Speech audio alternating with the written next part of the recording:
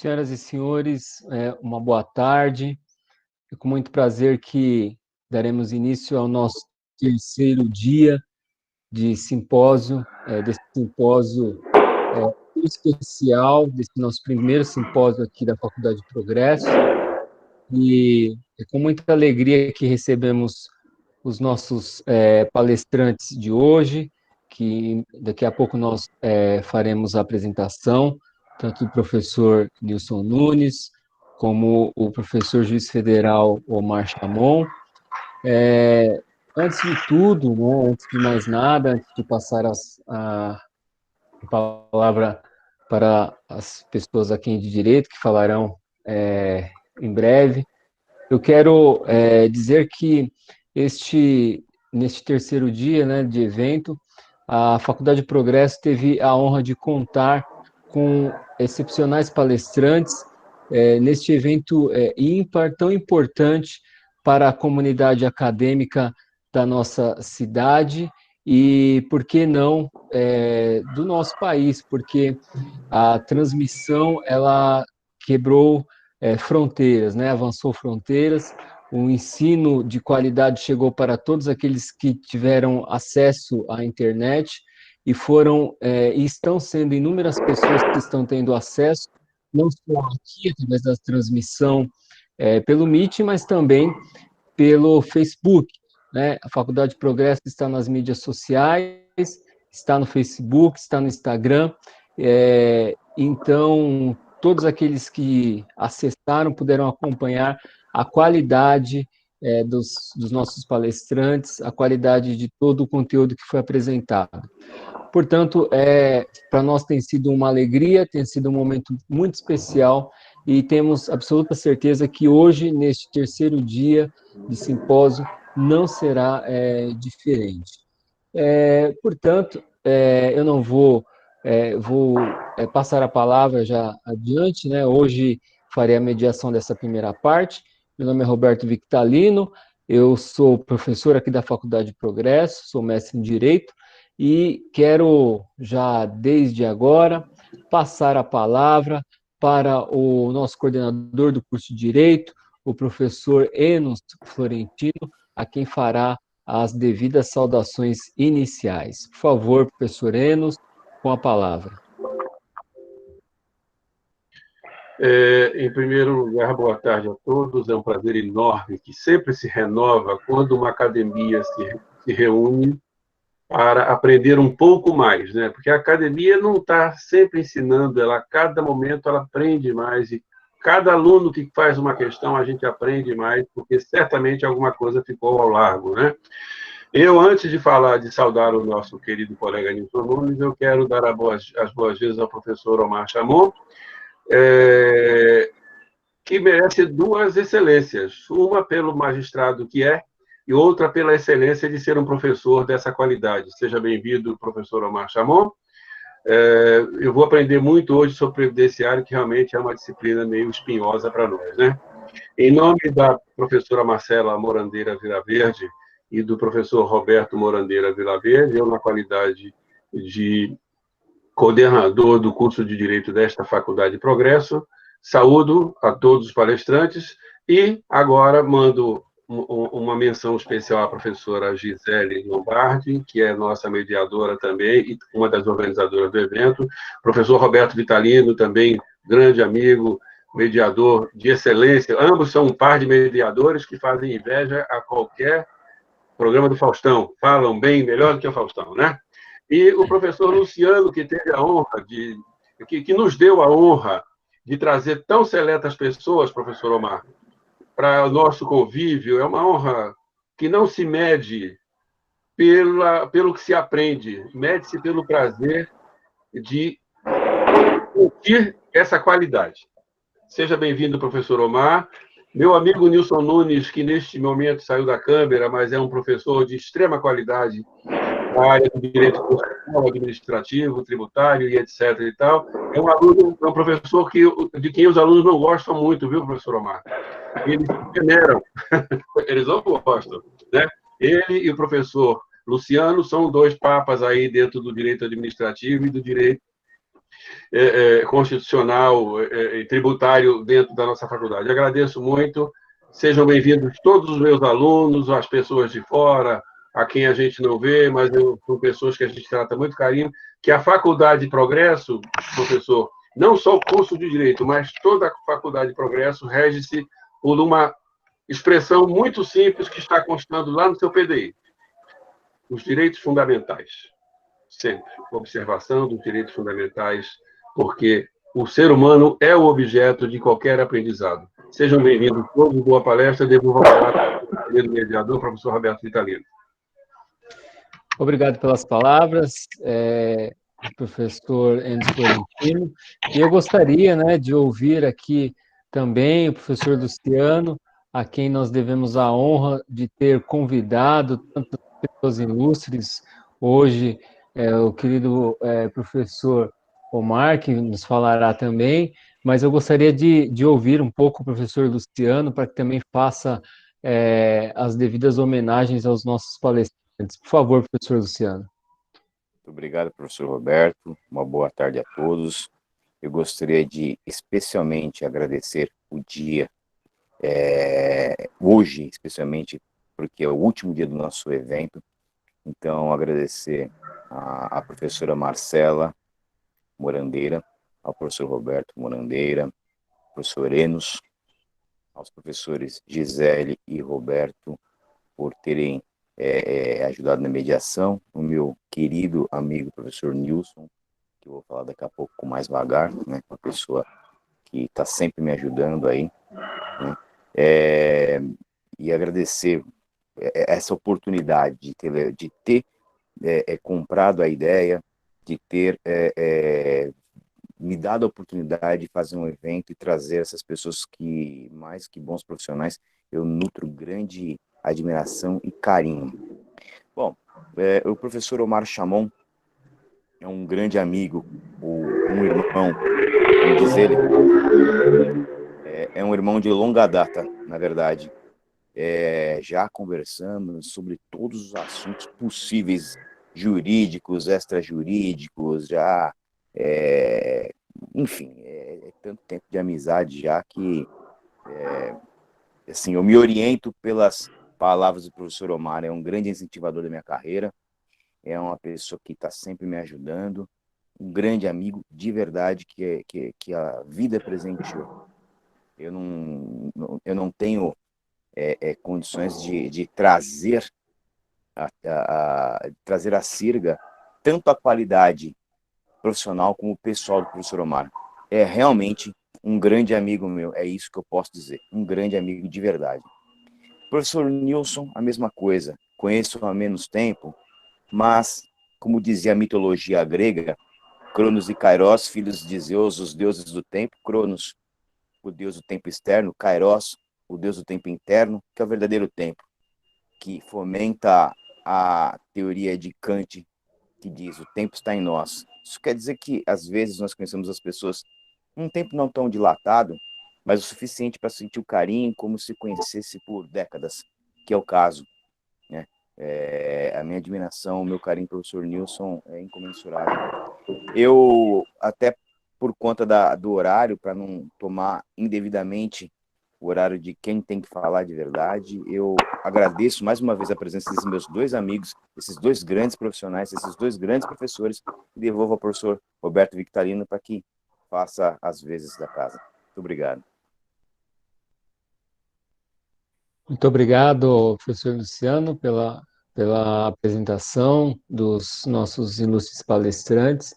E é aquilo que eu sempre digo, né? A apresentação que o senhor faz dos palestrantes sempre nos deixa mais convictos de que serão excelentes palestras e também convictos e com vontade de ouvi-los ainda mais, né? Porque a apresentação que o senhor faz, na verdade, é um testemunho de que são não só excelentes palestrantes, mas excelentes pessoas também, né? É o que nós temos visto até agora dos quatro palestrantes, né? Quatro não, né? Já foram 8, né? Acho que palestrantes, quatro em cada dia. e hoje mais 4, né? Acho que essa é a conta. Mas eu tô meio perdido porque Tá não certo. fui eu que fiz todas as mediações. Mas acho que foi isso aí, né? Então isso só demonstra a quantidade de excelentes amigos e amigas que o senhor tem, né? E o que nos deixa muito feliz de poder fazer parte desse rol de tão excelentes amizades que o senhor tem.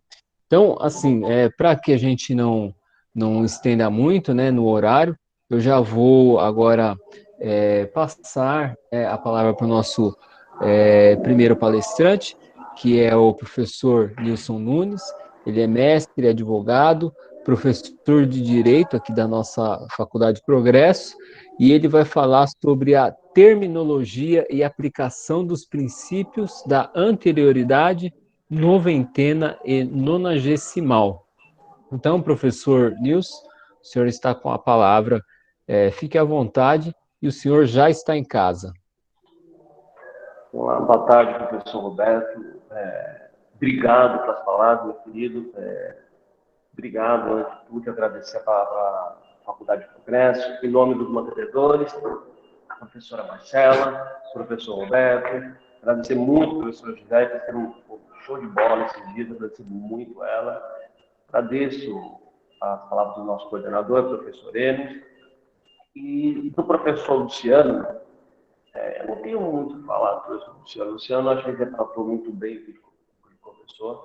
A amizade é curta, mas parece que é longa, né?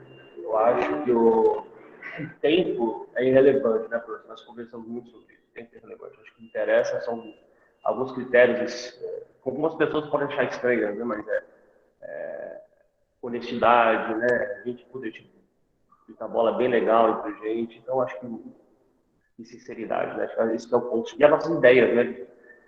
Na parte jurídica, estranhamente se casa. Normalmente, tudo que eu falo não casa com ninguém, né? Mas está casando, né? Isso é importante.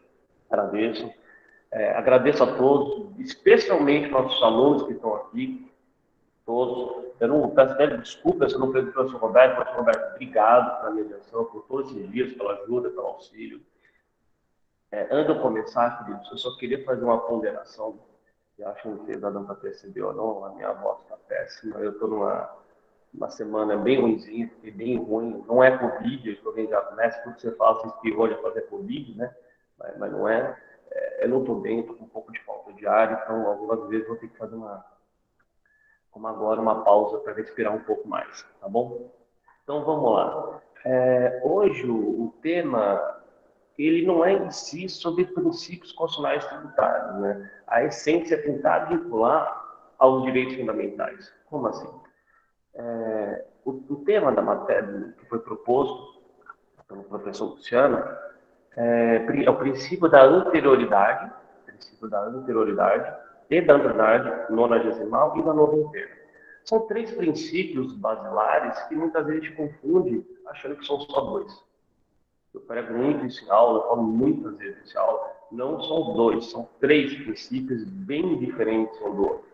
Mas antes de entrar realmente nesses três princípios, na essência deles, só para fazer não a recordação, mas uma introdução, uma prévia, não do conceito de princípio, quem sou eu para falar de princípios funcionais, que é um dos pontos, acho que vai ser na palestra do professor Luciano de hoje à noite, para falar de fundamento, né?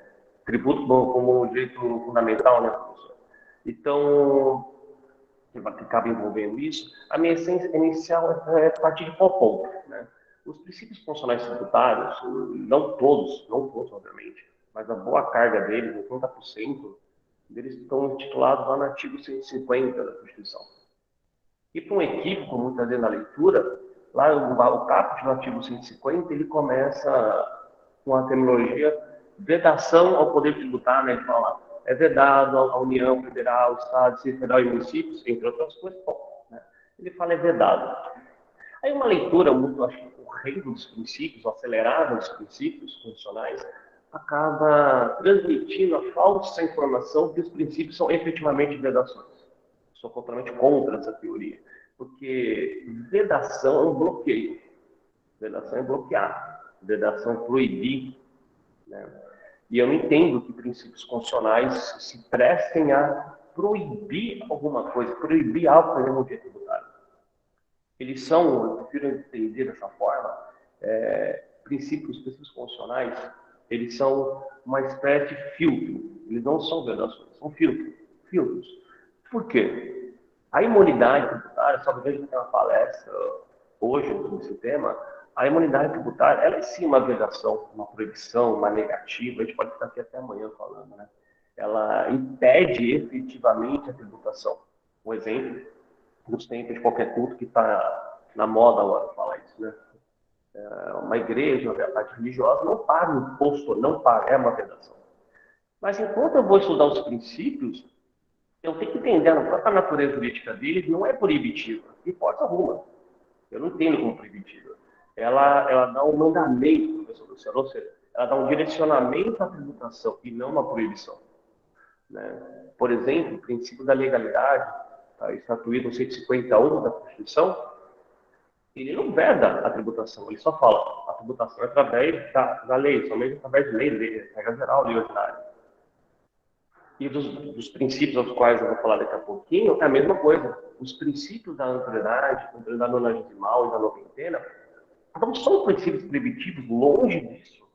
São princípios que ele vêm a direcionar o Estado como ele deve tributar, como ele vai tributar, qual é a permissão de obras. Olha, eu Constituição Federal, olho para o Estado, ou para a União Federal e falo, você pode tributar de acordo com essas regras constitucionais. Ou seja, os princípios constitucionais, eles vêm moldar a competência do ente. É assim que você vai tributar. Diferente, na minha visão, das imunidades tributárias. As imunidades tributárias, o ente federativo, ele não recebe uma competência, na verdade, ele recebe uma negativa de competência, né? Você não pode cobrar, está proibido de cobrar. Eu entendo, são situações bem diferentes. Para fechar, normalmente eu dou esse exemplo meio estranho em sala de aula, que é o quê? Você pega a imunidade tributária, ela é uma parede, o cara construiu uma parede, você não passa daí, acabou. Né? Parou, uma parede, a vedação. Os princípios, né, constitucionais, eles não são uma parede, eles são literalmente um coador. É um coador. É um coador. Aí eu lembro sempre do seguinte exemplo, saía do meu prédio, era pequeno, tinha que dar não nem sair do prédio. Mas eu na esquina, do lado, na minha para comprar leite C. O professor Luciano vai lembrar, porque o leite era num saquinho, né? Era num saquinho, leite C. Se der leite C, você não podia beber de jeito nenhum, senão já sabe, né? Aí tinha que fazer o quê? Fervia o leite. Você tinha que ferver o leite. É o próprio exemplo de princípio. Você usa o exemplo do leite C. Porque você pega o leite, você fervia. Né? Então, a tributação, que seria o leite, passa pela peneira, mas não passa lá toda, uma parte fica. Então, a tributação ocorre, mas não de forma grosseira, grotesca, como é o caso da nata. Né? Desculpa quem gosta de nata, né? Se tem alguém gosta de nata. Mas, ou seja, os princípios constitucionais, então, eles são permissões de tributar, só que eles estão moldando a tributação, eles moldam, eles não proíbem, eles não negam.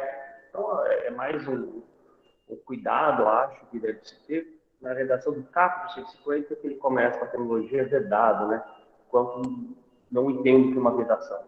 É uma orientação, mas a orientação constitucional, né? Torna-se mandamento, né? E nesse raciocínio, todos os princípios que a gente for discutir em direito tributário, especialmente no dia de hoje, os princípios constitucionais, eles, querendo ou não, eles vestem pegando um pouco do debate que eu tive com o professor Luciano uma semana atrás, na nossa palestra, que é o quê? Os princípios constitucionais, de uma forma ou de outra, eles são formas protetivas também. Formas protetivas em relação ao quê?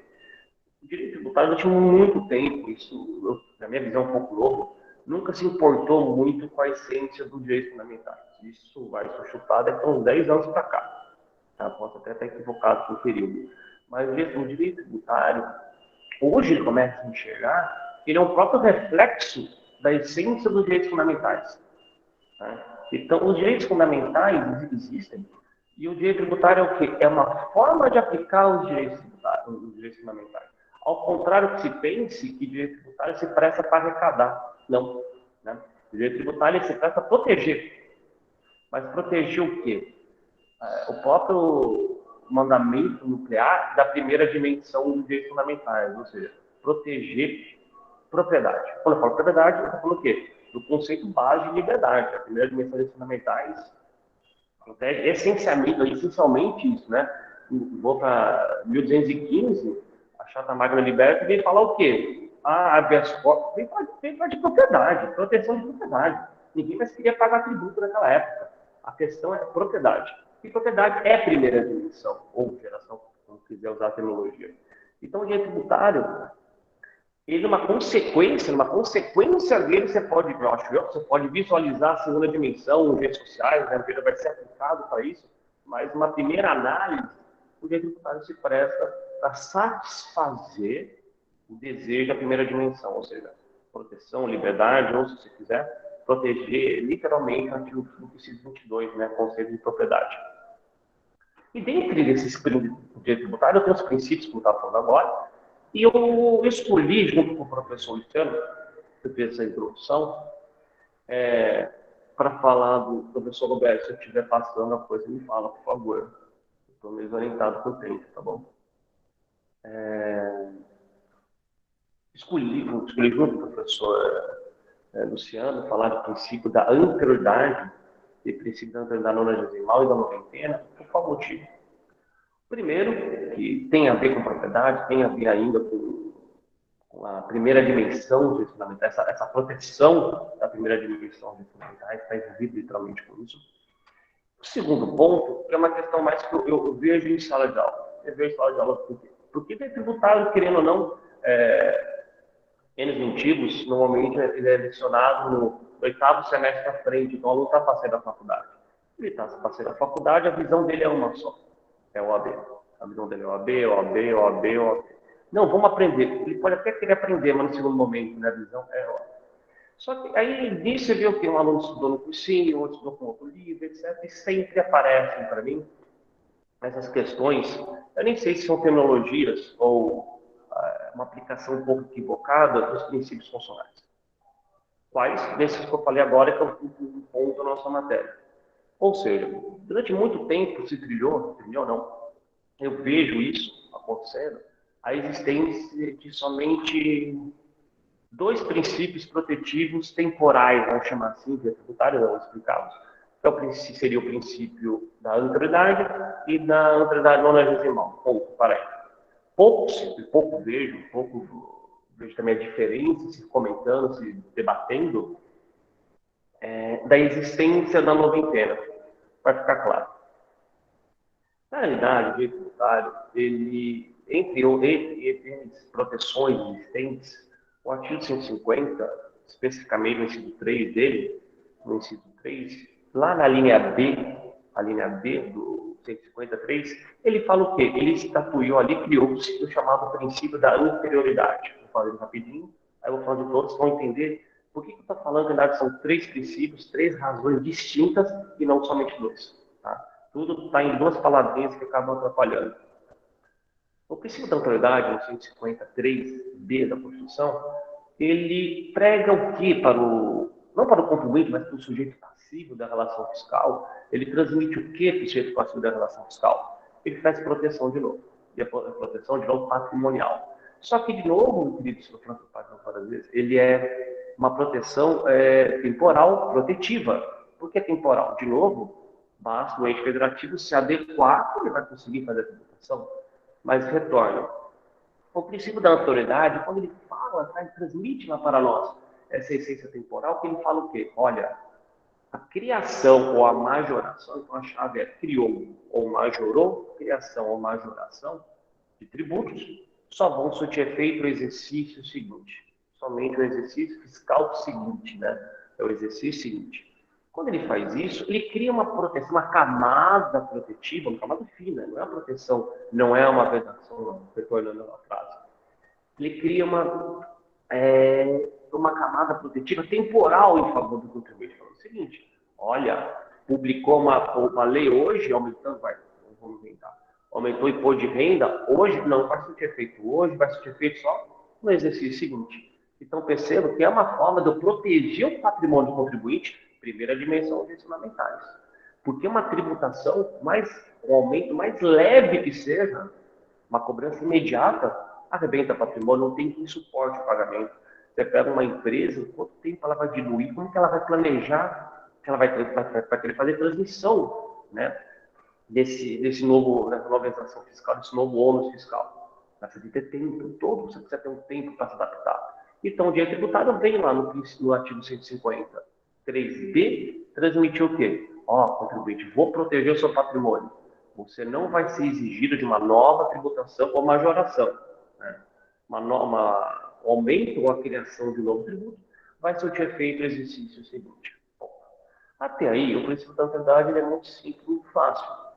Eu só acho que deve-se tomar cuidado, de novo, usando a palavra a terminologia, a escrita do princípio. Porque o nome do princípio é princípio da anterioridade. Bom, acabou. Esse é o nome correto. Esse é o nome que está grifado no texto constitucional.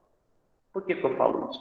Não está escrito, eu vejo muito, princípio da anterioridade anual. Não existe anual. Não existe ano no direito tributário. Perdoe-me quem pensa o contrário, mas o direito tributário não tem anualidade. A anualidade é um princípio financeiro, especialmente um princípio do direito eleitoral. Né? A anualidade é fundamentalmente o que para a gente? Isso tinha feito daqui a um ano. É daqui a um ano. Não é virada de ano como a anterioridade. Vou me fazer entender. O princípio da anterioridade, ele prega o quê? Que os tributos, em essência, vão ser feitos quando? O exercício financeiro seguinte. Exercício. Então, supostamente, se publicar uma norma dia 30/12, vai ser feito quando? 2 dias depois, dia 1º não está sendo feito. Respeitou o princípio. O princípio, ele prega o quê? Virada de exercício. Ele só fala virada de exercício. Ele não fala ano, são coisas diferentes. Por isso, já chega mais uma crítica agora, não existe essa terminologia, princípio da anterioridade anual. Não tem anual, não existe a palavra ano no direito tributário. Existe exercício. Né? Para os Estados Unidos, o exercício financeiro é diferente do ano. A quebra é diferente. Para nós, não. Acaba coincidindo. Então, não é ano. Tá? O direito tributário trabalha com virada de exercício. Tá? Passando o princípio da anterioridade, depois de um tempo, salvo engano, a emenda por de cabeça, criou-se a linha C do artigo 153, a linha C do 150, do artigo 153C. Criou-se falando o quê? Né? Criou-se, agora eu vou dar um nome que muitas vezes não se utiliza. Eu gosto muito de terminologia, que é o quê? O princípio da noventena, e não da nonagesimal. Noventena. O que é o princípio da noventena? O princípio da noventena é um princípio, acho que a primeira coisa é você pensar assim, ele é aplicável em conjunto, ele é dependente ao princípio da anterioridade que eu falei agora. Como assim? O princípio da noventena, ele não tem uma autonomia plena. Ele não tem autonomia. Ele se presta a ajudar o princípio da anterioridade. Eu vou me fazer entender. Perdão. Soledade. O princípio da anterioridade fala o quê? Agora, exercício seguinte, cria a figura do exercício seguinte. Perfeito. O princípio da noventena, criado lá, instituído na linha C, do inciso 3, do 150, ele trabalha em conjunto com a virada de exercício, trabalha em conjunto. Em conjunto, em qual sentido? O princípio da noventena, ele vem falar o quê para o contribuinte? Ele fala, olha, eu sei que existe a virada de exercício, eu sei que tem essa virada de exercício, mas o contribuinte fora a virada de exercício tem que possuir o mínimo de 90 dias. O mínimo de 90 dias para se adaptar. Tanto que a redação do 153C, ele fala o quê? Antes de decorrer 90 dias. E não depois, que é outra coisa. Eu vou falar depois. Então, o princípio da noventena, quando ele fala que vai surtir efeito, não poderá surtir efeito antes de decorrer, ele quer dizer o quê? Para ficar mais fácil. O princípio da noventena é um princípio que ele dá para o contribuinte um mínimo de 90 dias, como eu vou falar, atrelado ao exercício seguinte. Como assim? O contribuinte vai ter sido o quê? A proteção do exercício seguinte, grave o exercício. O princípio da noventena, ele tem que se encaixar aqui. Como se encaixar? Para ficar mais fácil, só você pensa assim da seguinte forma. Da publicação da lei até dia 1º do exercício seguinte, isso quer dizer o quê? Anterioridade, porque virou o exercício. Respeitei o princípio. Tá? Então, tem aqui, ó, publicação, né? Eu tenho a publicação e aqui eu tenho dia 1º do 1, a virada do exercício, né? O princípio da noventena que está aqui, noventena, são 90 dias, eu tenho que encaixar aqui, ó, ele tem que encaixar, eu tenho que encaixar aqui, ele tem que encaixar. Ou seja, além de virar o exercício, o contribuinte tem que ter na mão dele um tempo mínimo de 90 dias. E se não tiver? É simples.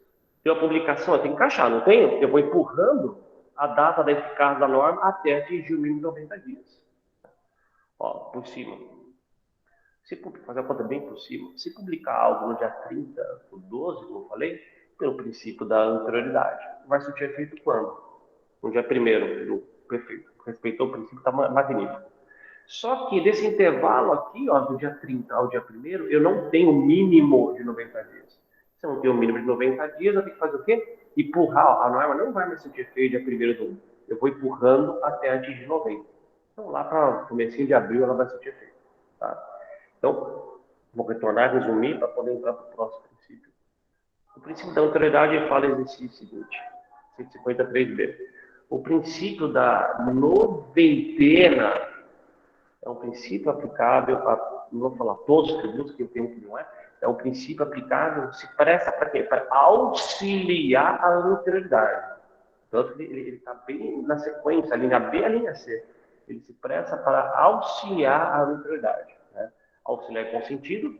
Se o princípio da anterioridade falou que é exercício seguinte, com qual intuito? De você se preparar, de você se adaptar, de você, né, entender aquela nova tributação, e muitas vezes a anterioridade não consegue, porque se publica alguma coisa no dia 24 de dezembro, no começo de dezembro, é muito pouco tempo para se adaptar. Veio a anterioridade e falou assim, espera lá, só exercício não, vamos encaixar aqui o mínimo de 90 dias. Tá? Dá um mínimo de 90 dias. Então, princípio da anterioridade e tem o princípio da noventena. A noventena se casa com o princípio da anterioridade. Tá? Ele é um princípio dependente. Tá bom?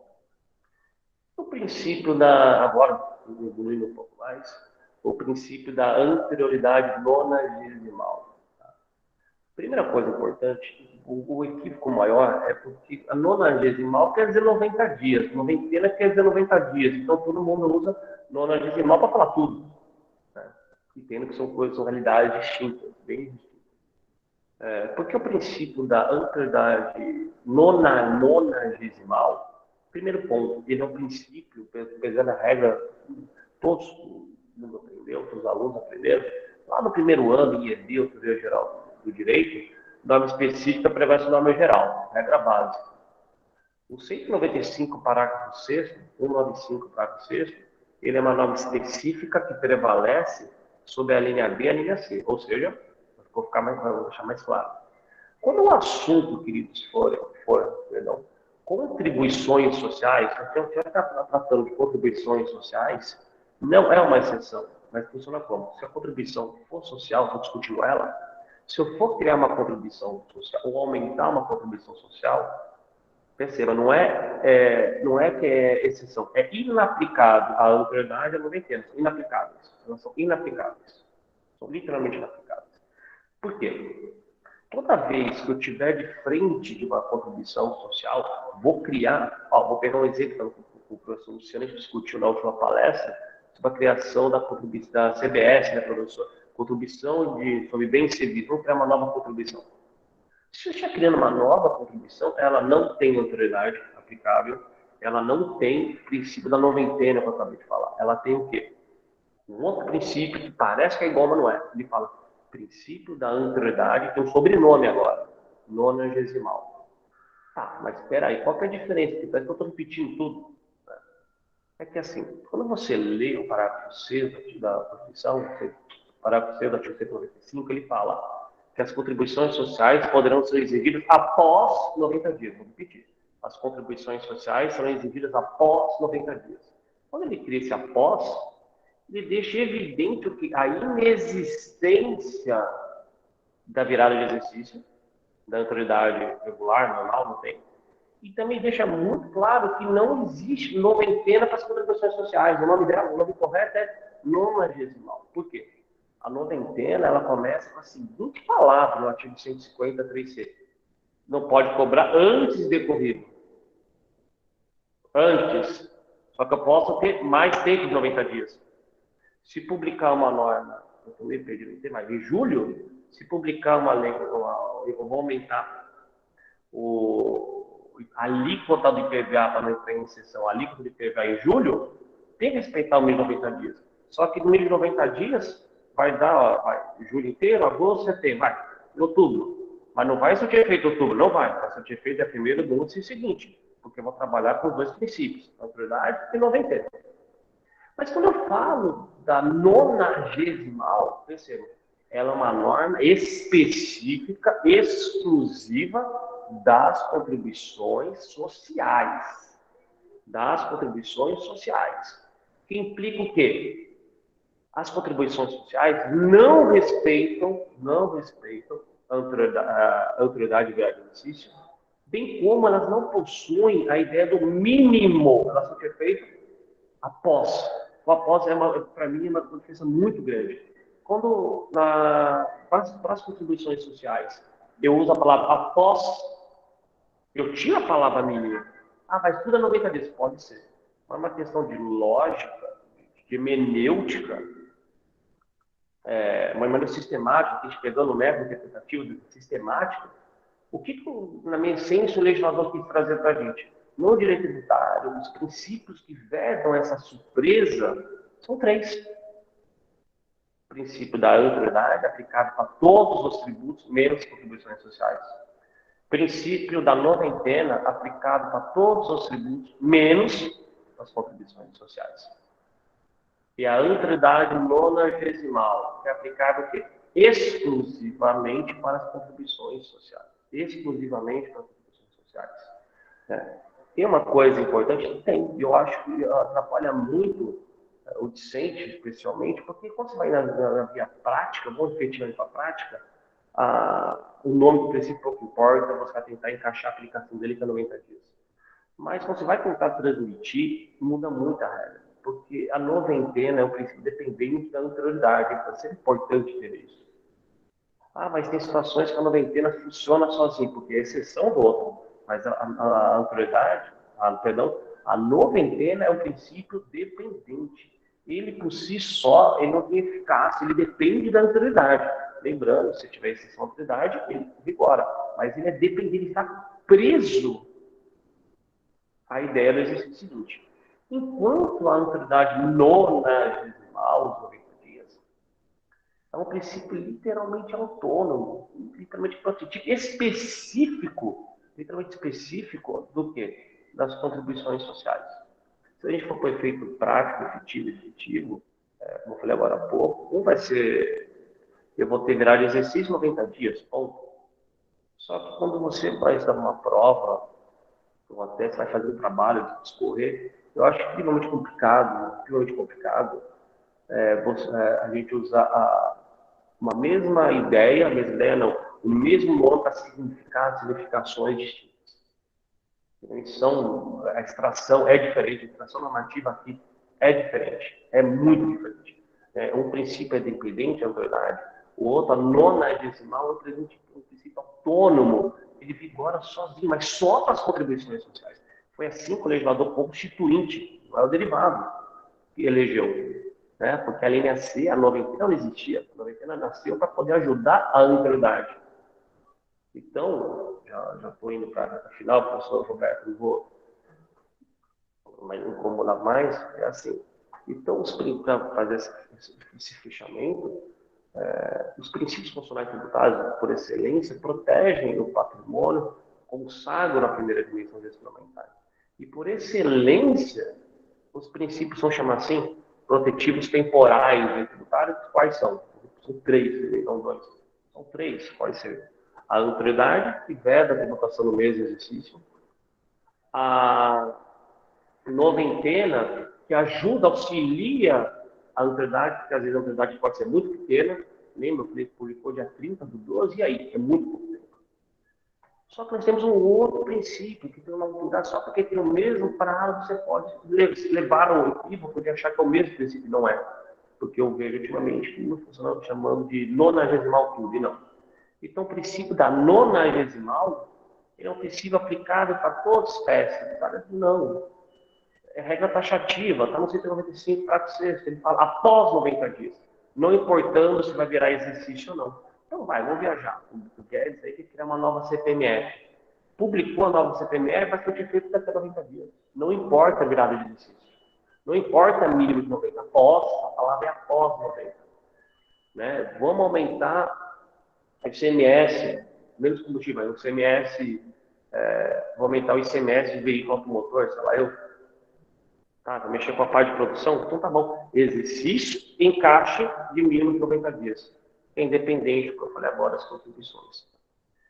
Eu acho que era isso que eu tinha para transmitir, professor Beto.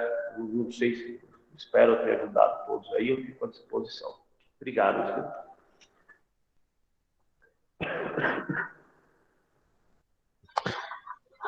Muito obrigado, professor Nilson.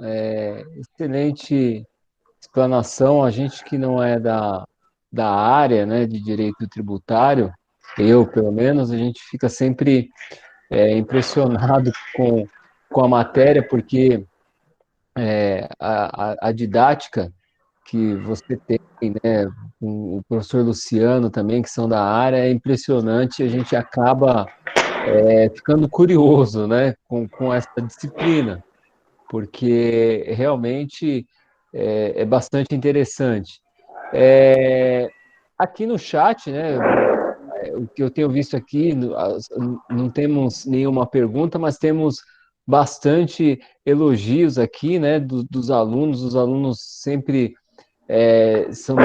admiram bastante o professor Nilson, conforme o professor Enos já tinha adiantado, né, e o professor Nilson aqui, né, ele sempre, eu não sei o que ele faz com os alunos, porque realmente os alunos amam, né, direito tributário, né, acabam gostando muito de direito tributário aqui, né. Não sei exatamente o que acontece nas aulas do professor Nilson, mas esta é uma realidade. E agora, com o professor Luciano também, isso também acabou acontecendo, né? Eu não sei se o professor Enos gostaria de falar alguma coisa, mas acho que sim, né, professor Enos? O senhor está com a palavra. Só precisa liberar aí o microfone aí, que nós não estamos ouvindo, professor Enos.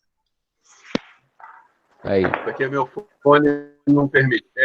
Para mim é uma brincadeira, é constrangimento ilegal do Nilson. Depois a gente conversa sobre os alunos. Tá certo. Bom, eu vou, para a gente não demorar muito, eu já vou fazer o seguinte, eu não sei se o professor Luciano gostaria de comentar alguma coisa, né, a respeito da palestra, porque também é da área dele. Gostaria, professor Luciano? Sim, professor, obrigado.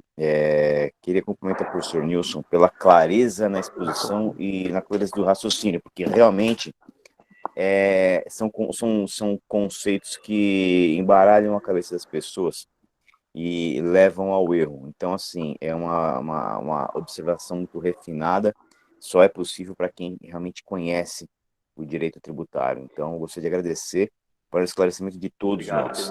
Tá? E só antes de eu ouvir a palavra, eu gostaria de registrar e agradecer a presença de dois advogados que foram meus alunos em outras instituições, o Dr. Jonas Alex e a doutora Ananda, vulga Francisquinha. Então, muito obrigado a presença de vocês. Professor Nilson, muito obrigado. E eu devolvo a palavra para o professor Roberto. Ok. Muito obrigado pelas presenças ilustres, né, desses advogados, né, advogados de fora aqui. Eu vejo também, quero registrar a presença de vários alunos que estão acompanhando conosco aqui também, a transmissão, sempre registrando que vocês compartilhem aí nas redes sociais, convidem outras pessoas, tá? Para esse nosso último dia de simpósio. Bom, e agora sim, né? Vamos para a nossa segunda palestra, que será ministrada pelo doutor Omar Chamon, ele que é juiz federal, atualmente na presidência da 5ª Turma Recursal de São Paulo, foi ex-procurador do INSS, mestre em Direito Previdenciário pela PUC de São Paulo e é professor. Vai nos falar sobre o princípio do não confisco da jurisprudência do Supremo Tribunal Federal. Doutor Omar Chamon, muito obrigado pela tua presença. Seja bem-vindo à Faculdade Progresso, esteja à vontade, o senhor está com a palavra. Muito bom. Caríssimos, em primeiro lugar, queria cumprimentar todos os presentes, inicialmente, claro, na pessoa do coordenador, doutor Enos, professor Enos, uma alegria, e aí cumprimento toda a instituição. É uma honra e um prazer estar aqui na Faculdade Progresso, não estou fisicamente, ainda estarei, mas hoje, nesse momento, estamos conversando pela tecnologia, mas um dia, com muita alegria, eu faço questão de comparecer e já estendo de imediato o convite, agora me dirigindo especificamente para os alunos, depois eu vou cumprimentar cada colega, claro, professor, para que venham conhecer a Justiça Federal. É um prazer, claro que é um pouco mais próxima a de Guarulhos, eu não posso, e se precisar eu faço contato, são todos amicíssimos meus, os colegas juízes federais que estão por lá, mas se quiserem conhecer a de São Paulo, onde eu trabalho, não nesse momento físico, mas o ano que vem, provavelmente, em que já estaremos, ou inclusive assistir alguma sessão online, que também ela é pública, né? As sessões de julgamento, elas estão correndo online, mas são públicas, nem poderia ser diferente, afinal, a tecnologia, o Covid, não criou um estado de exceção com relação à publicidade, então se algum colega quiser, também algum aluno, mas enfim, fica o convite já estendido para a gente concretizar mais adiante. Gostaria também de cumprimentar, bom, o doutor Nilson aqui deu um show, né? Na verdade, até dá vergonha, viu, doutor Enos? Dá vergonha, gente. Eu tinha que ter falado primeiro e já ir embora, porque realmente é de um nível, uma qualidade indescritível. Meus parabéns de coração. Falo de coração, não precisaria desse elogio, porque é só... Obrigado, eu agradeço. Imagina. Não, obrigado. Não falo, foi muita qualidade. Meus parabéns de coração. Mesmo um prazer estar conhecendo e ainda mais... Obrigado. Queria também... Professor, parece que a modéstia é um defeito de todos os colegas que vieram aqui ontem. O senhor é um deles. Seja bem-vindo. Eu estou muito à vontade, muito feliz. Estou muito feliz mesmo com a palestra. É uma honra de coração. E antes que eu vou quebrar o protocolo para dizer ao senhor que eu agradeço em nome da faculdade o convite aos alunos e vamos marcar se o senhor vai cansar de ver alunos nesses próximos anos da Faculdade de Progresso. Com certeza. Muito obrigado, professor. Vamos lá, vamos ser muito bem recebidos, com muito carinho. Eu tenho certeza disso. Muito obrigado. Deixar também um abraço para o professor Roberto, né? Professora Gisele, eu acho que não sei se encontra, mas um abraço carinhoso também para ela. Todos os alunos, mas antes disso tem meu amigo Luciano, caríssimo Luciano. O Luciano falou tudo, né? Nós somos amigos. Antes de mais nada, eu acho que isso não é pouco, não, porque, olha, a amizade é um tesouro que tem que preservar, cada vez mais difícil, né, nos tempos atuais. Então, eu tenho como amigo, em primeiro lugar. Depois era um grande jurista, um grande professor, um grande advogado, ele é tudo. Mas o mais importante é que ele é um ser humano sensacional e a gente tem uma amizade enorme aí de tantos e tantos anos. Uma alegria e agradeço muito o convite, caríssimo.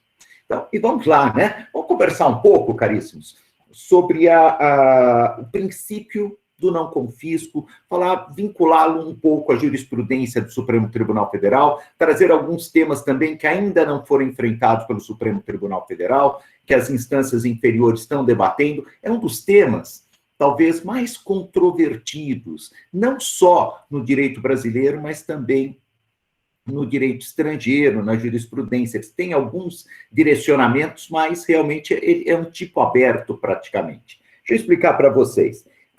Com relação, claro, à questão principiológica, ela foi muito bem trazida pelo professor Nilson, eu faço as palavras, então já minha introdução já repasso pelas palavras do professor Nilson, né, que também falou de princípios. Mas eu queria falar alguma coisa mais ligada à minha idade, porque o doutor Nilson, professor Nilson, falou em leite de saquinho. E eu conheci o leite de garrafa, que é pior ainda, que é o avô, né? Pai, eu conheci o de garrafa, que é o avô. Então, isso aí, enfim, de alguma forma, eu já digo qual é a minha idade, mas utilizo ela. Eu me formei em 1988, razão pela qual eu estudei sobre a égide da Constituição de 67. Isso um aluno que estiver ouvindo deve estar se assustando, né? Falando, meu Deus do céu, convidaram um dinossauro para vir aqui, né? Praticamente. É uma grande problemática que eu tiro duas lições. Primeiro, eu quero falar da questão principiológica, né? Ligada rapidamente ao neoconstitucionalismo, que isso é pós-88. Então, o que era estudar direito antes da Constituição de 88, eu posso falar isso porque me formei um mês depois que a Constituição foi promulgada, mas também, mas também as dificuldades da vida, porque às vezes o aluno fala o seguinte, puxa vida, tudo é fácil, né?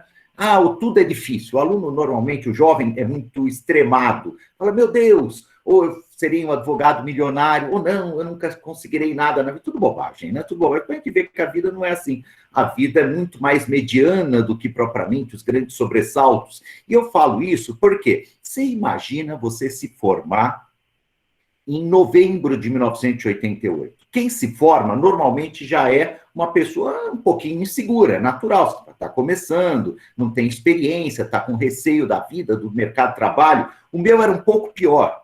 Eu não sabia nada. Por quê? Tudo que eu tinha estudado já não valia mais.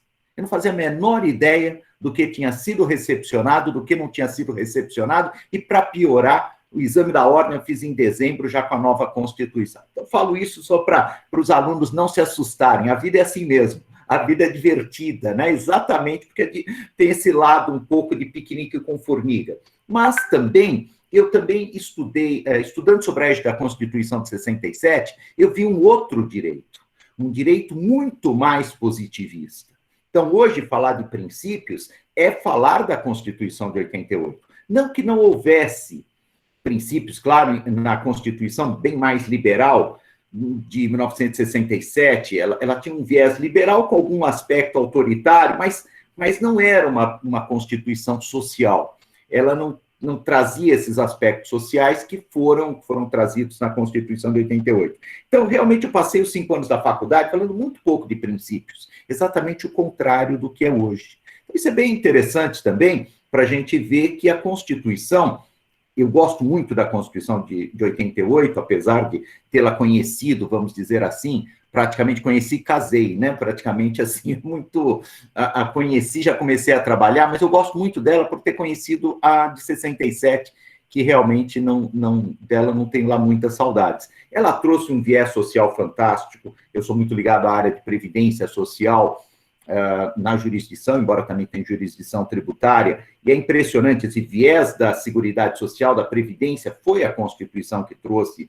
Depois, toda a questão principiológica que facilitou a concretização da justiça no caso concreto. Porque sem princípios, gente, sem princípios é dura lex, sed lex. Sem princípios, sem um princípio para dar uma certa, vamos dizer assim, uma flexibilidade, uma certa ternura na norma, olha, eu vou ser sincero, é muito mais duro o direito, e é o direito que eu aprendi. Então, só para a gente valorizar também o que tem, a Constituição tem todos os defeitos do mundo, mas ela tem muitas virtudes também. Bom, depois dessa introdução, eu queria rapidamente falar com os senhores do princípio do não confisco.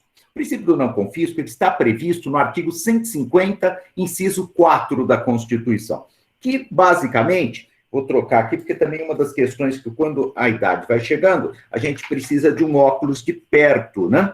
Então, ele fala o quê, caríssimos? Sem prejuízo de outras garantias asseguradas ao contribuinte, portanto, de forma exemplificativa, é vedado. E já passo aí toda a lição que o Dr. Nilson deu com relação à palavrinha vedado, proibido, faço dela as minhas também palavras. É vedado à União, Estados, Distrito Federal e municípios, 4 entes federativos, utilizar tributo com efeito de confisco. Perfeito. O que está por trás disso? O que está por trás disso, caríssimos? Basicamente são o quê? Respeito e garantia a 2 princípios e direitos, todos eles ligados à primeira dimensão, geração, como aliás, como bem falado na palestra que antecedeu, é o clássico do tributário. Basicamente, a gente vai estar protegendo o direito de propriedade, que também está previsto na Constituição, e também o direito à livre iniciativa. São dois grandes direitos que a tributação confiscatória ela tende a reduzir, ou em algum caso até a abolir, né? Então, a ideia qual é? A tributação é algo necessário. Por isso que alguns doutrinadores falam que existe, inclusive, o dever fundamental de recolher tributos e pagar tributos, por mais que isso nos choque um pouco, mas é verdade. Temos que pagar, é quase um mal necessário, mas há limites. Ele não pode ser tão severo, mas tão severo, que acabe o quê? Negando o direito de propriedade e desestimulando o quê? Desencorajando a livre iniciativa, porque nós vivemos num sistema capitalista. Na minha visão, tem que ser um sistema capitalista humanizado. Nem eu acho que nós temos, mas a Constituição fez essa opção. E, sem direito à livre iniciativa, você não tem capitalismo. Então, nós, na verdade, você tem que ter a livre iniciativa, tem que ter o direito de propriedade, embora, claro, propriedade com seu viés social e a livre iniciativa também com seu viés social, sob pena de cairmos numa selva, né, que, obviamente, não foi o olhar da Constituição. Mas eu não posso ter uma tributação tão alta que eu falo, eu não quero abrir um negócio. Eu não posso ter uma tributação tão alta que eu falo, olha, se eu tenho alguns recursos, eu prefiro colocar no mercado financeiro, é mais seguro e mais garantido, hoje um pouco menos, mais do que abrir um negócio. Razão pela qual propriedade e livre iniciativa estão o quê? Estão assegurados com esse princípio. A grande problemática que nós temos, talvez a maior delas, é a seguinte. Bom, primeiro a gente vai deixar para depois falar o seguinte, o que quer dizer isso na prática? Claro, porque, veja, é óbvio que eu falei, não pode ser confiscatório, ok. Isso significa o quê na prática? E a grande problemática é quando você tem um processo na frente, você fala, meu Deus, como que eu vou julgar isso aqui? Às vezes os alunos pensam assim, eu acho que juiz deve ser aquela pessoa bem segura, que tem certeza de tudo. Eu sou juiz, hoje faz 21 anos que eu sou juiz federal, eu vou ser sincero para vocês, eu tenho umas vistas aqui que eu não faço a menor ideia, que eu pedi vista, né, num processo, não faço a menor ideia de como julgar. Menor ideia. E isso eu falo com orgulho, porque quem tem certeza de tudo, garanto para vocês que não é um bom profissional. Aliás, acho que certezas nessa vida a gente tem poucas. Eu tenho o Corinthians campeão, ano que vem, poucas certezas. A morte, Corinthians campeão e pagar impostos, como as pessoas falam, é muito pouco mais que isso. Caríssimos, a verdade é, o que significa isso na prática? Se amanhã, por exemplo, alguém cair uma ação na minha frente e falar, esse tributo especificamente é ou não confiscatório, quais parâmetros que eu tenho? Então, essa construção, ela não existe. Essa construção, ela está se fazendo e é por isso que eu quis trazer alguns julgados, algum diálogo com a jurisprudência do Supremo, que também ainda não pacificou a respeito. Bom, então, em primeiro lugar, fala que é um tipo aberto. É um tipo aberto, e os tipos abertos no direito, eles são sempre perigosos, claro. Como a boa-fé objetiva, tipos que você fala, bom, e aí, né? Onde eu coloco na prática, né? E aqui também. Eu sei que ele claro que se você me falar, não, imposto de renda 80%, todos que estão me ouvindo, mesmo quem não tem familiaridade com o tributário, falar, isso é confiscatório. Ok, perfeito. E se aumenta para 35%? E agora? Daí eu posso falar, é inadequado, porque uma problemática também é a seguinte, não são sinônimos inadequação e inconstitucionalidade. Muito comum, inclusive, às vezes, nos meios judiciais, as pessoas julgarem constitucional aquilo que elas não gostam. Não tem nada a ver. Eu costumo falar, olha, se eu fosse deputado federal, jamais faria essa lei. Mas eu não sou deputado federal, não sou senador, não sou presidente, sou juiz. Juiz, eu olho e falo, nossa, que norma horrível, mas não é inconstitucional e eu aplico. Cuidado, porque, claro, inadequação e inconstitucionalidade são realidades diferentes. Então, eu pergunto, e 35%? Mas saberia dizer? Não, eu acho que eu ia pedir vista também. Eu pedir vista, porque não dá para pedir vista de tudo, mas algumas coisas você fica burilando, fala, meu Deus, será? Você fica tentando refletir. Bom, então, já começamos falando, é um tipo aberto. Uma outra questão. Os colegas, não sei se todos, claro que estamos assistindo, com certeza não tiveram ainda tributário, mas já adianto para os senhores, multa não é tributo. Então, quando você recebe uma multa de trânsito, você vai pagar uma prestação pecuniária compulsória para o Estado, mas não é tributo porque é sanção por ato ilícito. Perfeito. E a multa tributária também não tem natureza tributária, não é tecnicamente um tributo. Razão pela qual o Supremo teve que enfrentar, isso em 1992, ele teve que enfrentar a seguinte situação: e as multas tributárias? Será que elas são ou não são confiscatórias? Eu posso aplicar esse princípio ou não?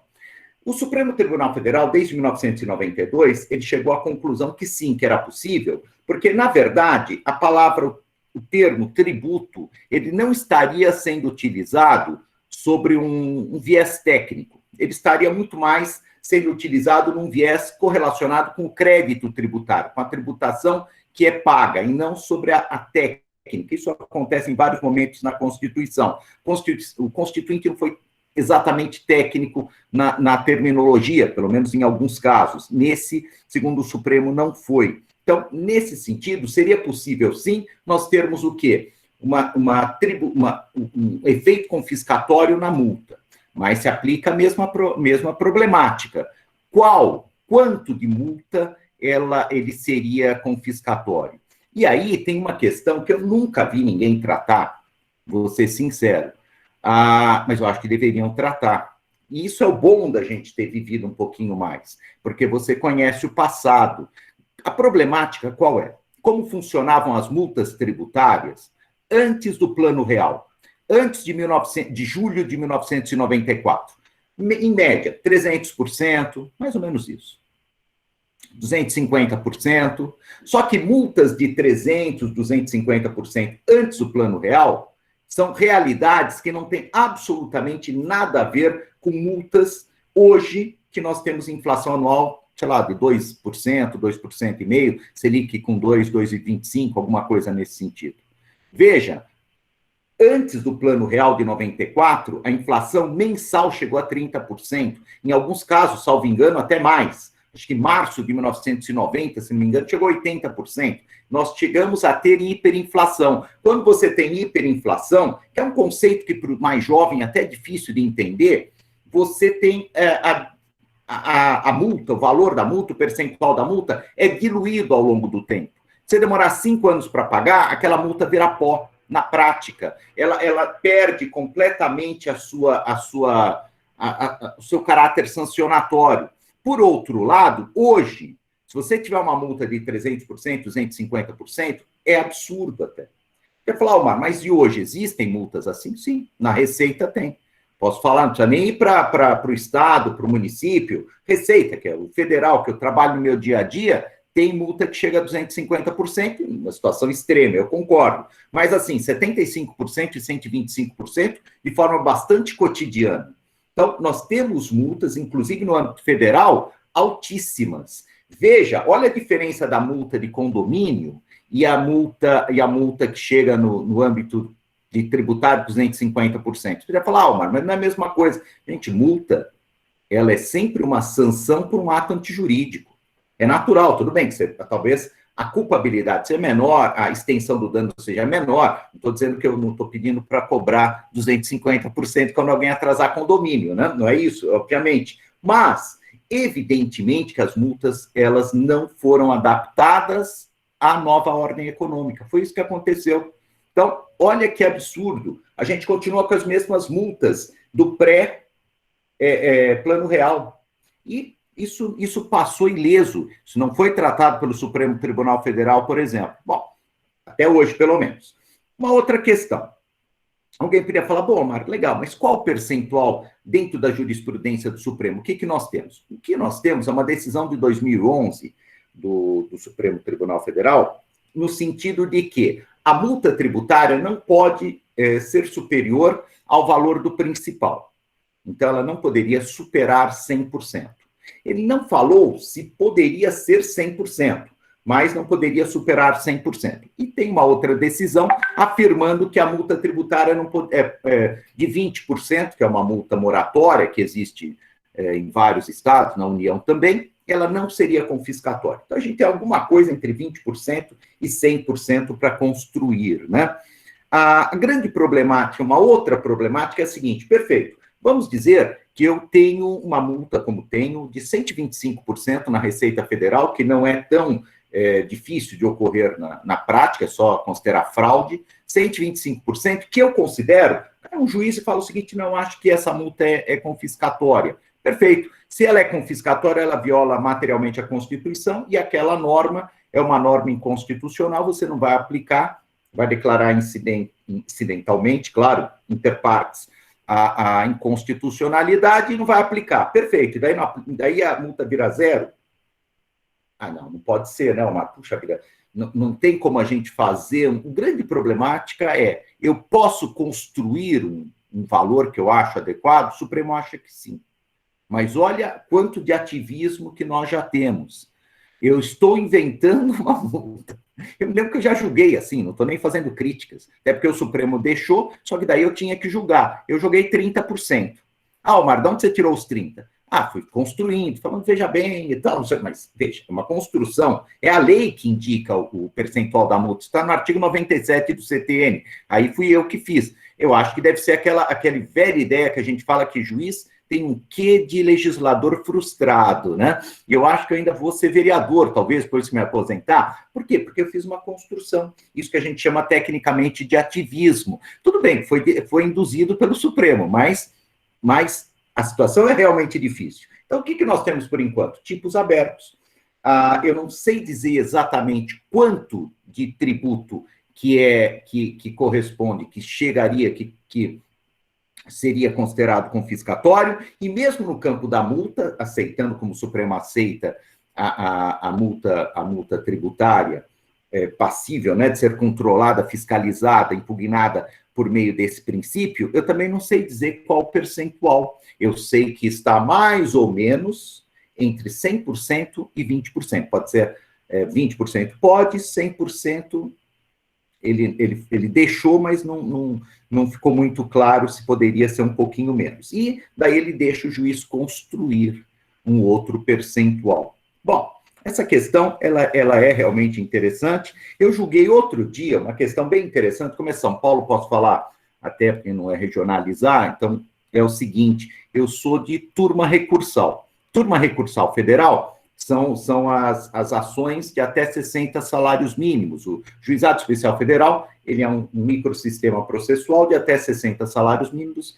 tem estadual, tem a federal, tem a Fazenda Pública, e eu trabalho na federal. Perfeito. E tem, outro dia, nós tivemos algumas ações que tínhamos que julgar o quê? Uma situação que correspondia a 500% a multa. Olha que interessante, 500% no âmbito federal, mais especificamente previdenciário. É o artigo 32 da Lei 8.212 de 91, que é a lei de custeio, a lei tributária da Previdência, 500%. Falei, nossa, mas nem sabia que tinha 500%. Não é bem assim. Era, no caso concreto, virava 500%, porque era o valor era um valor fixo por infração. A empresa era do Simples Nacional, então, na prática, ela teria R$100 para contribuir naquele mês e teria que pagar R$500 de multa. E eu era o relator, isso aí já era a turma regional de uniformização, que são juízes, presidentes e turmas, então 18 juízes, presidentes e turmas. Então tem um caráter, assim, indicativo de uniformização de jurisprudência forte, pelo menos para o estado de São Paulo, para a terceira região, né, que pega São Paulo e Mato Grosso do Sul, e eu era o relator, eu entendi como inconstitucional, abriram divergência, foi uma situação bem interessante, porque acho que foi 8-7, foi decidido, inclusive, pelo presidente, que é um desembargador, porque quando, em órgãos colegiados, quando você tem empate pelo nosso regimento, é o presidente que dá o voto de minérito. Então, só para dizer que é um assunto realmente em construção. O que nós temos, portanto? Pode multa, o percentual não se tem muita certeza, temos aí alguns parâmetros, e temos uma última questão que eu gostaria de trazer para os senhores, que era o seguinte: Emenda Constitucional 103 de 2019, não sei se os colegas tiveram oportunidade já de estudar, é a reforma da Previdência, ou a nova Previdência, como muitos colocaram. Como é que está essa situação? Ela alterou vários benefícios, sem dúvida alguma, mas também com relação aos regimes próprios de previdência social, que são os regimes, os modelos, né, de previdência, as caixas de previdência dos servidores públicos. O que ela fez? Ela aumentou fortemente a contribuição previdenciária. Porque você tem, claro, o regime geral de previdência social, você recolhe para o INSS, você tem os regimes próprios de previdência. Tem o da União, por exemplo. E ela aumentou fortemente as alíquotas. Para a maior alíquota, que seria de um ministro do Supremo Tribunal Federal, que dentro do campo do setor público é o subsídio de um ministro, é o limite, né, o teto dos vencimentos de qualquer servidor, ela chegava a 22% de alíquota nominal ou 16%, quase 17% de alíquota efetiva. Alíquota efetiva porque ela é progressiva, então é como no imposto de renda, né? A gente fala que paga 27,5%, mas na verdade não é 27,5%, que vai sendo tributado por faixas. Mesma coisa aqui. Então, na prática, dava mais ou menos próximo de 17%. A grande problemática foi a seguinte, e eu defendi isso em alguns congressos, e está para ser julgado isso no Supremo, não foi concedida a liminar em ADIM, mas, vamos lá, via associações de classe, estão levando essa tese. A tese que eu, pelo menos, tenho defendido é a seguinte, vem cá, nós estamos falando de um servidor, pode ser ministro, pode ser, enfim, servidores realmente que ganham um pouco mais, isso é um fato, mas que estão praticamente, estão contribuindo sobre a riqueza remuneração, porque, claro, você quando fala em efeito confiscatório, você pensa globalmente, não todos os tributos, mas os tributos incidentes sobre determinada riqueza. Então, a riqueza remuneração, ela está sendo tributada pelo imposto de renda à pessoa física e pela contribuição previdenciária. Juntando os dois, só alíquota efetiva, nada de alíquota nominal, está dando aproximadamente, nesse caso, ela está alguma coisa perto de 40%. E 40%, 39%, 38%, dependendo da situação, nós entendemos, eu defendo, que é confiscatório. Em que sentido? No sentido que, claro, você teria que ter algum parâmetro. Um parâmetro tradicional é o parâmetro da Suprema Corte, da Corte Constitucional Argentina, que há muitos anos ela faz exatamente este olhar que eu acabei de falar, ela pega uma riqueza e fala, sobre essa riqueza não pode incidir mais que 1/3, mais que 30%. Claro que é uma construção, mas é uma construção que leva em consideração também parâmetros de proporcionalidade, de razoabilidade, que tem sido admitida, e já tem algum precedente do Supremo também nesse sentido. Então, fica também essa outra possibilidade. Aqui, fazendo um resumo final, aqui já encaminhando para o final, o que nós temos? Nós temos a ideia de que a tributação não pode ser tão severa, de que, a ponto de gerar o quê? A ponto de negar vigência ao direito de propriedade e desestimular a livre iniciativa. Isso em primeiro lugar. Se concretiza, isso pode ser aplicado em tributos e, conforme o Supremo Tribunal Federal, também nas multas tributárias. A construção de parâmetros ainda é muito, vamos dizer assim, inicial. O Supremo não aprofundou, pelo menos por hora, embora existem alguns temas ainda pendentes para serem julgados, mas ele não aprofundou, ainda não julgou, na verdade, não deu parâmetros muito claros com relação a esse tema. Então, nós ficamos um pouco perdidos. Talvez essa questão que eu expliquei para o senhor, está no artigo 11 da Emenda Constitucional 103, seja já um direcionamento, ao menos para a parte de tributos. A parte de multa, também teríamos que pensar alguma coisa. Para que serve uma multa? Uma multa serve para desestimular comportamentos nocivos à sociedade. Claro que se ela é muito severa, ela não atinge o seu objetivo. É só pensar a questão penal. Se eu chegar e todo mundo for pena de morte para qualquer crime, eu obviamente vou ter o quê? Eu vou ter um desestímulo ao comportamento. É o contrário do que deveria existir. Eu sei que boa parte da população, talvez alguns dos presentes até concordem, não vou entrar no mérito, mas, tecnicamente, a dosimetria da pena é exatamente isso. Eu falo, olha, Se cometer um crime mais grave, você vai pagar de uma forma mais grave. Se cometer um punguista, que hoje não existe mais, né? Você bate carteira, você vai pagar proporcionalmente. Isso a gente tem que aplicar também na questão da multa tributária. Se ela for severa demais, normalmente ela gera o quê? Ela gera não recolhimento, alaranjamento e sonegação. Eu fui juiz por 6 anos de execução fiscal e eu posso afirmar para os senhores que, na verdade, existe um laranjal, né? É impressionante, eu quase plantei, já falei isso para o Luciano, um pé de laranja no gabinete, porque algum juiz gosta de plantas, né? Ia ter lá um pé de laranja, as pessoas não entenderam, é um pé de laranja, que bonito. Não é bonito, porque eu nunca vi tanto cítrico na minha vida. Quando você atua nessa área, eu fui juiz de lavagem também, logo que abriu aqui em São Paulo, daí era laranjas para... Por que isso? Tudo bem, pode ser uma questão ética, e muitas vezes mas também, às vezes, quando nós exageramos na tributação e na punição, as pessoas tendem a fugir. Não estou justificando o crime, evidentemente, mas buscando os melhores caminhos. Então, eu acredito que o mais adequado para que nós adequemos a legislação aos princípios constitucionais, aos direitos fundamentais, e mais especificamente a vedação, a proibição de confisco, é que tenhamos uma carga tributária suportável, adequada, mas suportável, e daí sim, objetivando também garantir a livre iniciativa, garantir também o equilíbrio concorrencial, aí sim punir aqueles que sonegam, que se utilizam em interpostas pessoas, que popularmente são chamados de laranjas, etc. Talvez até punir com mais severidade. Mas essas multas, 250%, 125%, na prática, eu entendo como inconstitucionais, e, além disso, eu entendo também que elas não atendem à finalidade para a qual foram criadas. Caríssimos, é isso, é um prazer estar com vocês, uma alegria, e fico à disposição aqui de todos aí para responder as perguntas, para debater. O assunto é polêmico e muito bom. Obrigado, gente, valeu.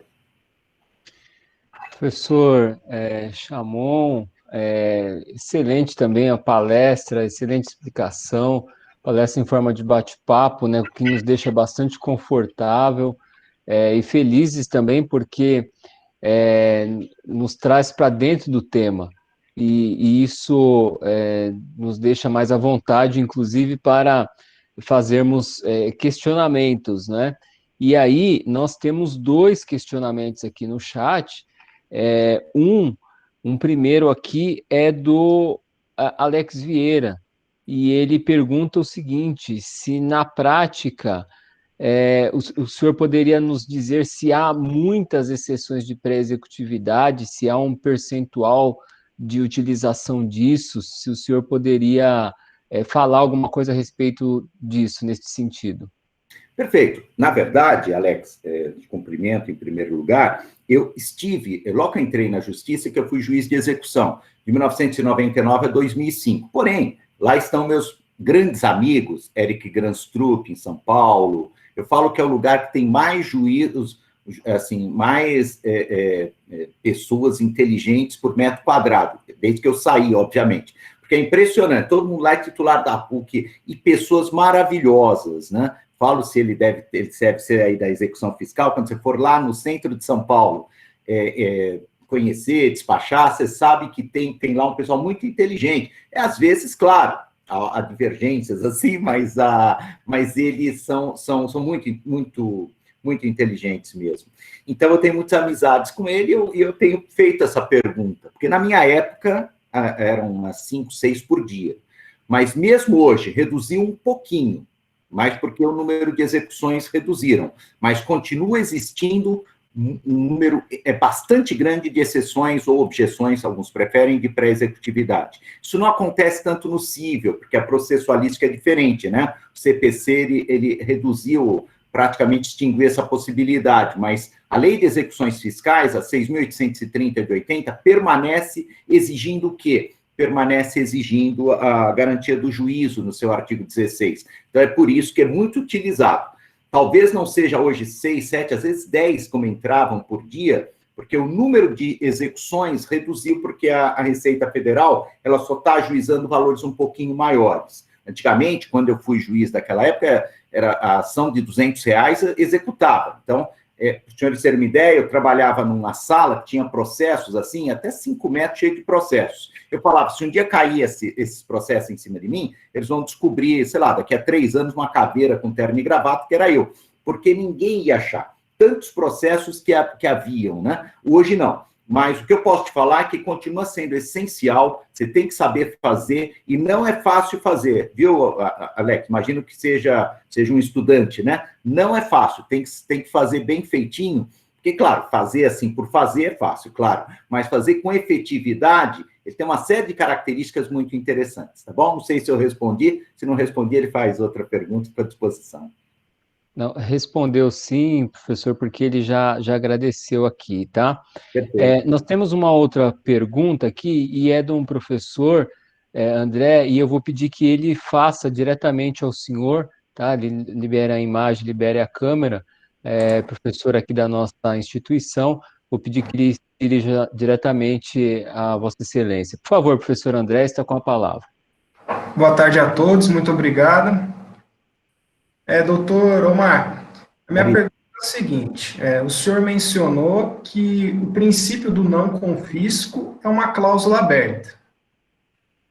Tendo em vista isso, nós estaríamos diante de uma situação de discricionariedade judicial ou de um conceito jurídico indeterminado que depende de uma lei para determinado? Eu acho que a gente está diante de uma discricionariedade judicial, eu não vejo outra saída, caríssimo. Claro que o ideal era ter uma lei para determinar, mas não foi isso que o Supremo falou, quando ele falou, olha, pode declarar inconstitucional e você escolhe. Na verdade, o que aconteceu? Outro dia eu conversava, minha opinião, claro, eu sei que o tema é difícil, professor André, mas outro dia eu conversava com o professor Luciano o seguinte, toda a nossa construção de direito, ela foi feita em cima de uma sociedade 100 vezes menos complexa que a atual. Essa é a grande verdade. Nós, na verdade, era fácil, eu brinco, não era fácil ser pai, não era tão fácil, mas era mais fácil ser pai, ser filho, ser profissional, era tudo um pouquinho mais fácil, por quê? Porque era tudo um pouquinho mais, vamos dizer assim, claro. As instituições, né? A gente lê, por exemplo, essa ideia de sociedade líquida e todos os conceitos em transformação na sociedade, e fala, meu Deus, que nível de complexidade. E isso se apresenta no cotidiano do direito, razão pela qual, o que aconteceu? Nós tivemos que começar a trabalhar com tipos abertos, evidentemente, com cláusulas abertas, e dentro delas há uma certa liberdade de construção. É assim que funciona. Porque, vamos falar claro, as pessoas criam inúmeras teses jurídicas para falar que a negativação é 15 mil reais ou 10 mil reais de danos morais. Agora, cá entre nós, da onde que a gente tira isso? Vamos falar claro. Isso eu não estou falando do Omar, isso eu já ouvi de todos os ministros com quem eu conversei. Por quê? Porque não há como. Então, eu acho que, na verdade, é por isso que, às vezes, a gente acusa o judiciário, muitas vezes corretamente, de ativismo, mas, às vezes, eu me pergunto, é impossível construir sobre uma ótica normativa e engessar absolutamente uma sociedade da qual o nível de complexidade nós não temos nenhum controle mais. Então, eu acho que é uma discricionariedade, sim, na minha opinião, professor André, tá bom? Se tiver outra, fica à vontade para falar, que é um debate numa boa, não tem problema nenhum. Eu só não falando mal do Corinthians, o resto pode criticar à vontade. Eu também falo isso para os meus alunos, doutor, eu sempre digo para eles, já alerto, já no primeiro dia de aula, passo meu número de telefone para se tiver algum questionamento, tudo isso aqui, ó, já aviso já de antemão. Se mandar piadinha do Corinthians, alguma coisa assim, já é zero, já está reprovado, então não tem conversa. Já tem até um aluno aqui, Luciano Miller, porque ele já fica esperto, é um corintiano roxo ali, né? Então ele já sabe, já. DP direto, o Sandro está falando. Bom aluno, né? Isso é bom. Bom aluno.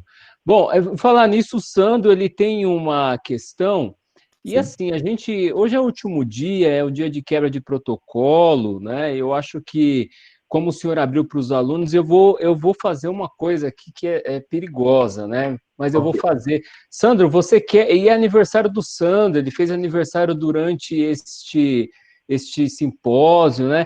E eu quero saber se o Sandro vai querer fazer a pergunta ao vivo para o nosso palestrante, Sandro. Se você quiser, se estiver com câmera, olha lá, hein? Que se fizer coisa errada, já sabe, a gente vai te pegar na hora da nota, tá bom? Tem 4 Boa tarde. professores aqui, toma cuidado com a sua pergunta, tá bom? Não abuse, hein? Tá joia. Boa tarde. Minha câmera, eu estou sem câmera aqui, mas estou com microfone. Boa tarde, doutor. Primeiramente, brilhante palestra. Obrigado. Tá? Parabéns.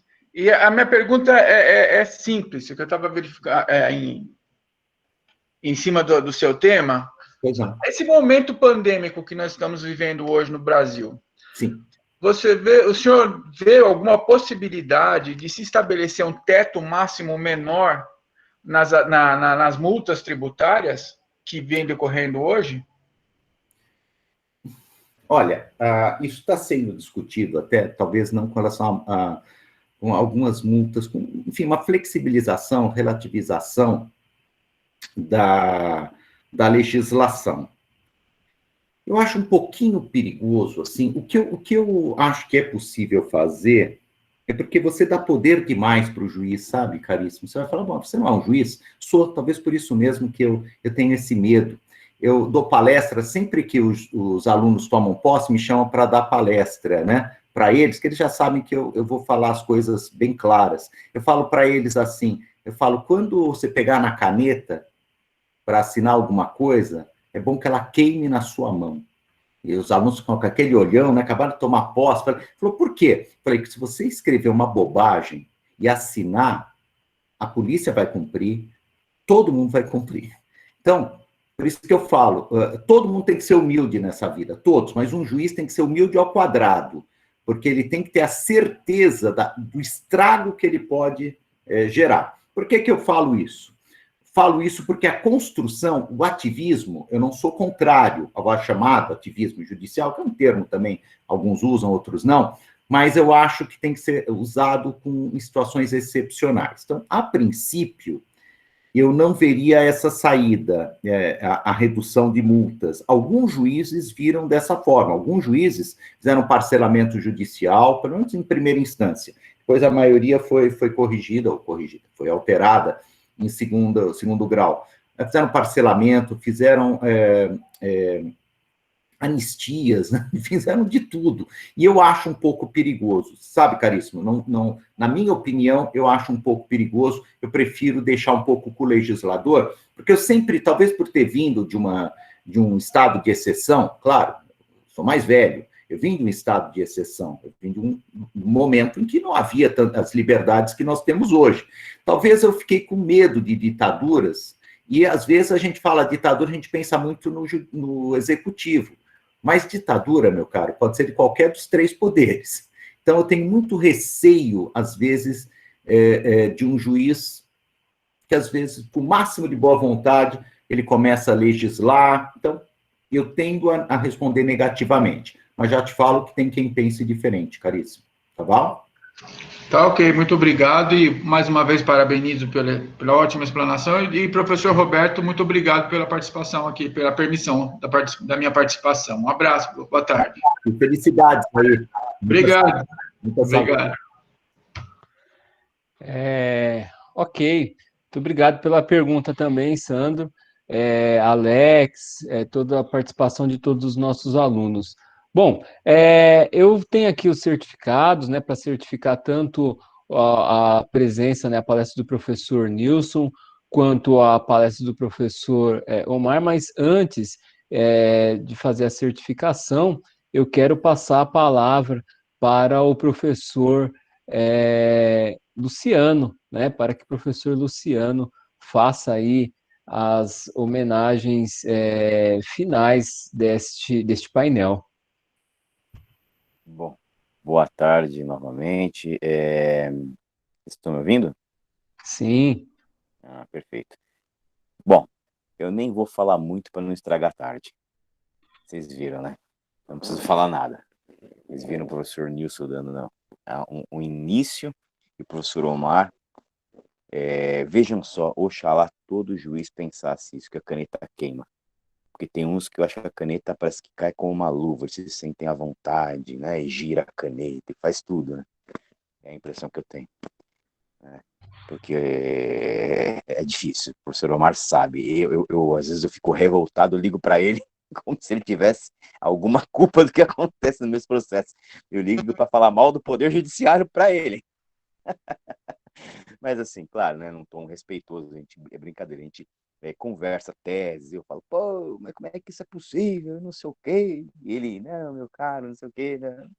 Coisa de quem é muito grande, né, como é que pode ele parar o tempo dele para ouvir as minhas lamúrias processuais, né? Enfim, professor Nilson, um grande irmão, professor Omar, outro grande irmão, e eu acho que o que deixa isso muito claro, né, o que retumba essa qualidade é o Corinthians, né? Realmente é algo que parece que eleva o patamar das pessoas, eu tenho notado isso. Eu só tenho a agradecer, eu não vou nem falar muito, porque como eu disse, se eu falar vou estragar a tarde, então, meu muito obrigado a todos os dois, e a faculdade, por ter permitido que eu trouxesse esses amigos aqui para falar um pouquinho para nós. Obrigado. Eu quero saber se o professor Enos quer que eu certifique antes ou ele quer falar agora, professor? Eu vou falar 30 segundos, que aí você já encerra, porque aí você já faz o encerramento oficial do evento, tá ok? Em primeiro lugar, rapidamente, professor Omar Chamorro, eu estou encantado, fantástico. Inclusive, eu estava aqui em off, a diretora está com problema técnico no computador dela e ela não conseguiu entrar, pediu as escusas e disse que está encantado com a sua palestra e que o senhor, por favor, precisa voltar inúmeras vezes. Tanto o senhor quanto todos os outros, mas ela está encantada neste momento com a sua palestra. A escolha do professor Luciano, todas que ele fez foram fantásticas. O professor Nilson eu não vou comentar, não, porque ele já é prata da casa, né? Muito obrigado, professor Chamon. E isso tudo aí vai ao encontro. No dia 8 de dezembro, nós fizemos 12 anos de faculdade. Essa garota fez 12 anos, essa moçoila, essa adolescente, pré-adolescente, né? Eu lembro, professor, todas as vezes, desculpem se eu vou tomar a palavra aqui um pouco a mais, um segundinho, só para dizer uma coisa. Quando as pessoas me questionam, não, mas uma faculdade tão nova, eu vou estudar aí, que futuro tem? Eu falo para eles o seguinte, olha, em 2013, eu estive na Universidade de Neuchâtel, lá na Suíça, uma das maiores universidades da Europa, né? Ela data de 1900, a inauguração dela, né? Nos portais está escrito em francês, inaugurada em 1900. Eu sempre falo para as pessoas, em 1901, Neuchâtel só tinha um ano. Daqui a 100 anos, a Progresso terá 112 anos. Parabéns, muito obrigado, Roberto Vitalino, em nome da professora Marcela Morandeira Vilaverde, do professor Roberto Morandeira Vilaverde. Seja bem-vindo, muito obrigado e um grande abraço, professor. Além de ser uma pessoa humana que me parece fantástica. Felicidade, muito obrigado. Ok. Eu vou pedir que a professora Gisele, né, faça, ela que está aqui, né, ela vai fazer as certificações. Enquanto isso, eu vou pedir que todos que estão presentes já abram as suas câmeras aí para que a gente possa registrar uma foto daqui a instantes. Então, a professora Gisele possa, a partir de agora, assumir a apresentação aí. Professor Nilson, eu quero agradecer imensamente, né, a sua fala, a sua palestra, e nesse momento brindar com a entrega desse certificado, que depois nós vamos entregar pessoalmente. Né, em nome da mantenedora, a professora Marcela Morandeira, em nome do professor Enos, muito obrigada pela sua participação. Eu queria agradecer, querido. Obrigado. Professor Omar, também, rica oportunidade de poder conhecê-lo, que o senhor tenha compartilhado aqui com todo esse conhecimento conosco. Muito obrigada também. Aqui está o certificado, né, em nome da nossa mantenedora, professora Marcela Morandeira e professor Enos Florentino. Perfeitamente. Muito obrigado, foi um prazer e uma honra, viu? Uma honra mesmo. Então, nós vamos, né, liberadas as câmeras, né, para que a gente possa registrar algumas imagens aí, de todos os presentes. Quero aqui, né, finalizando já o evento, agradecer imensamente a presença do Dr. Omar, foi um imenso prazer conhecê-lo, né? Agradecer mais uma vez a presença de todos os alunos, todos os participantes, dizer que nós, aqui da Faculdade de Progresso, nos sentimos verdadeiramente muito honrados com a presença de todos vocês, e pedir que vocês convidem, né, para o nosso último painel, que vai se iniciar às 20 horas, e aí sim, né, com o grande professor Luciano, que foi o grande idealizador deste evento, né? Estaremos aqui, vamos deixar ele falar, mas vamos homenageá-lo, com toda certeza, vamos escutá-lo, será um prazer imenso poder escutar aquilo que ele tem a nos dizer, com certeza ele preparou com muito carinho, e dizer que a Faculdade Progresso está aí, né? Esse simpósio foi um marco para nós, porque pudemos difundir conhecimento. Essa foi a ideia, né? E é isso, nos ajude a continuar propagando essa ideia, compartilhando nas redes sociais este evento, e através tanto do Facebook, Faculdade de Progresso, quanto do site, no Instagram também. Estamos sempre lá, e tanto presencialmente quanto telepresencialmente, tá? Então, um forte abraço a todos, fiquem com Deus, e até às 20 horas, até daqui a pouco. Tchau, tchau. Boa tarde a todos. Abraço, gente. Muito obrigado, viu? Tchau, tchau. Muito obrigado, pessoal.